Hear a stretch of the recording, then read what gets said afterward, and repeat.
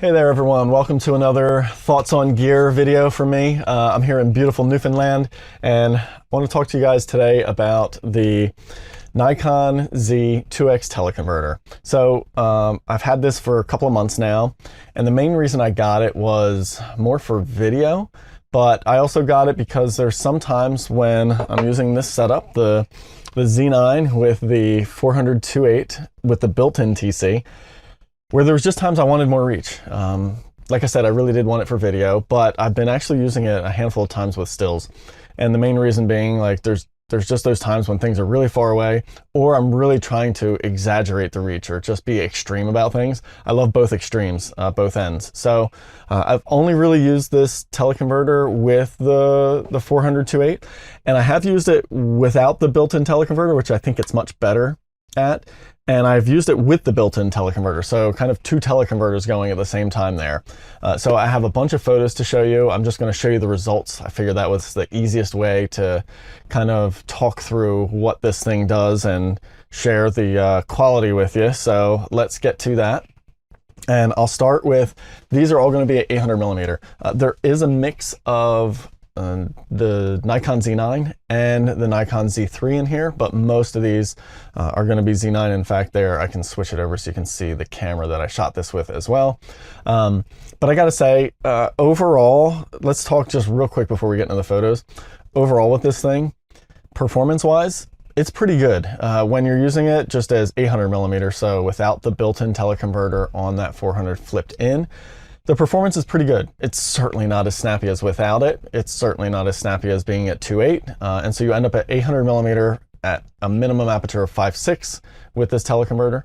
But I gotta say, you know, I'm tracking stuff in flight, and you'll see in the end here, I actually have some video of me shooting puffins in flight, which are about one of the toughest targets I've ever worked with for birds in flight. And I've managed decent shots with them with that. So yeah, performance, it's not as quick and snappy as if you were not using the teleconverter. Obviously, that's kind of what you expect, but are you getting away with it? Is it good results? Yeah, certainly. The other thing I would say I noticed with it is maybe a little bit more searching in low light, but I'm not usually picking this teleconverter up to do a lot of stuff in low light conditions. So yeah, let's dig into these photos. You can see the settings. This was a little bit lower light, and I'll zoom in on most of these. I'm not going to do it on every one of them. I can tell you they're all just about as sharp, but I'll pick a handful of these to zoom in and show you so you can actually see the detail.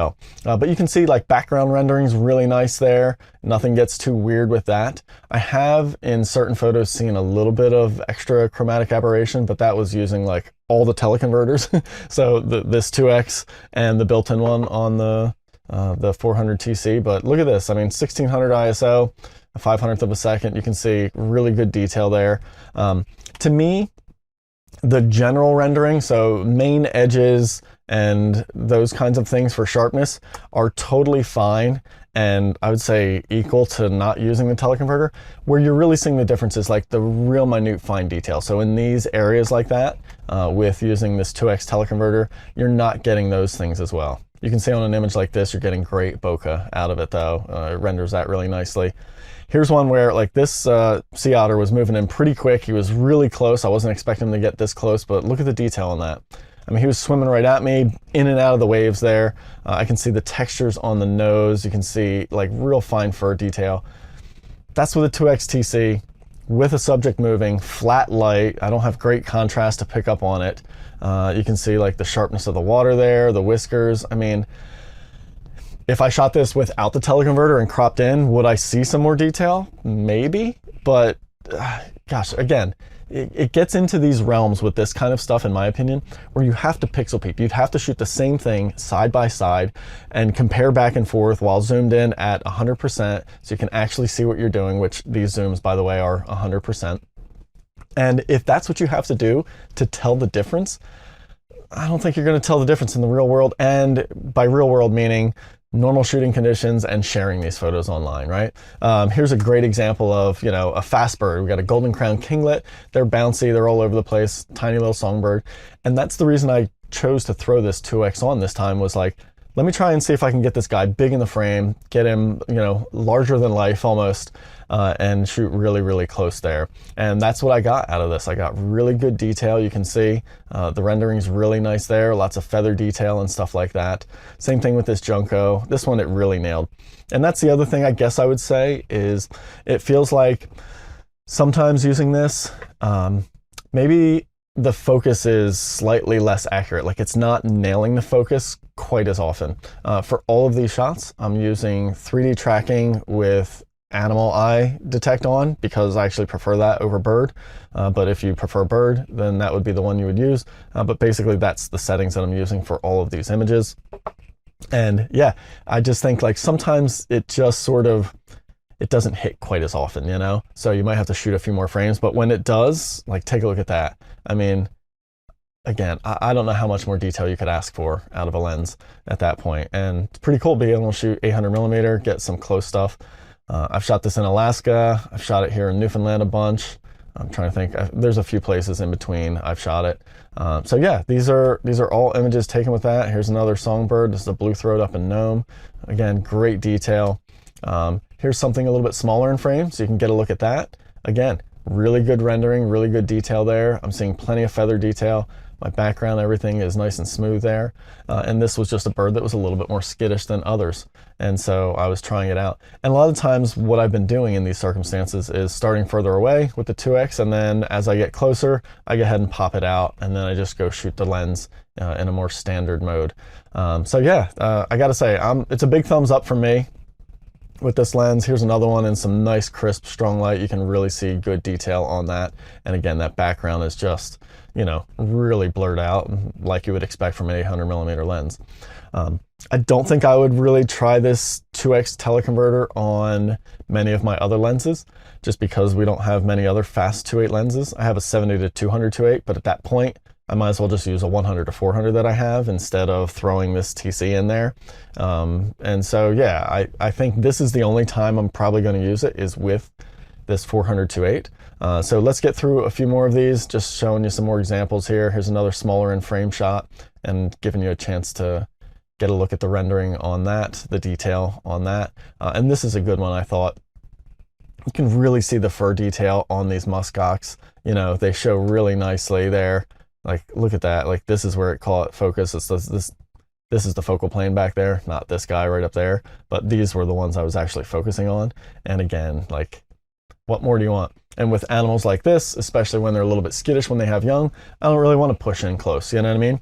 So that's more of the times when I'm using it, is situations like that, or things like this where I want to make the sun really enlarged, you know, really giant there.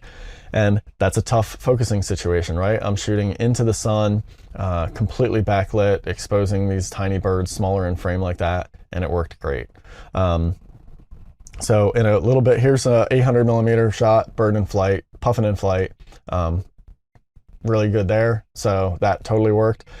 I can definitely say when tracking birds in flight, it's a little bit more challenging. I'm definitely missing more. It grabs the background more often. It's not quite as snappy. It's not staying with them perfectly. But if you practice enough or take enough shots throughout, you're getting some in there. All right, here's the switch, guys. Here's where the built-in teleconverter in the lens is activated. So this 400 2.8, it's got the built-in 1.4. So now we're using a built-in 1.4 and a 2X teleconverter, and giving us a focal length equivalent of 1120mm. So let's take a look there. Here's where I've noticed the biggest sort of obvious difference. To me, when I look at these and zoom in, I'm really starting to notice like the edges aren't quite as sharp. I'm getting a little bit more, you can see it right there. I mean, this is a white bird on a dark background, so you're getting a little bit of that softer blurred edge. I mean, I can see the texture on the white ibis's face, so that's pretty good detail. But this is where, you know, it's just not quite as refined detail, all that fine detail. Like, look at the eye ring here. And if I go back to that earlier one of the kinglet that I shot without the teleconverter, the built-in teleconverter in there, I think you can see, like, it's a little bit sharper of an eye ring than it is here. It's just sort of that, I don't know, I feel like you get a little bit of that sort of haze about it. And so that's the difference I've noticed there. But that being said, I mean, I'm being really picky here. And again, if you were to share these on social media, online, stuff like that, I don't think most people are going to notice. These are all tiny songbirds moving fast. That one, I mean, look at this, 1120 millimeter, 2 teleconverters. We're still seeing really nice feather detail and stuff like that. Now, compare that to if I were to get closer, shoot the same frame size with the 400 at 2.8 without any teleconverter, yeah, it's going to be sharper, of course, right? But this is certainly passable, I would say. Here, this is another great example of where you can see it's just, there's like a little bit of a sort of haze over it. And again, we're going through 2 teleconverters at that point, so I would kind of expect that, and it's not too bad.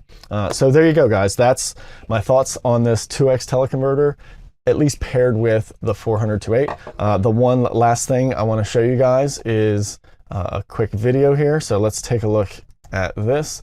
This is a video I shot on the Nikon Z6 III while I was tracking with both teleconverters in. So this is the 2x teleconverter and the built-in teleconverter on the 400 2.8, 1120 millimeter equivalent.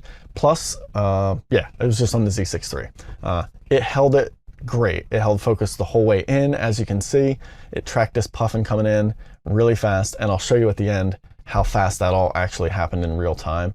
And you can see it's like staying with him as he landed there and was kind of running along, and there it missed a little bit. All right, so let's watch that same clip real time. Here's how fast it all happened as this bird came in and landed. Look at that. There you go. So pretty impressive stuff, I would say.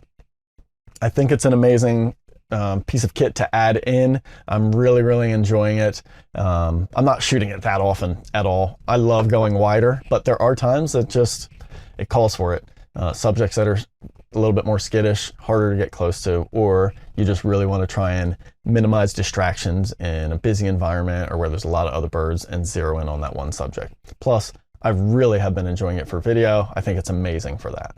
So there's my thoughts. Thanks so much. I hope you enjoyed this. I'll see you guys on the next one.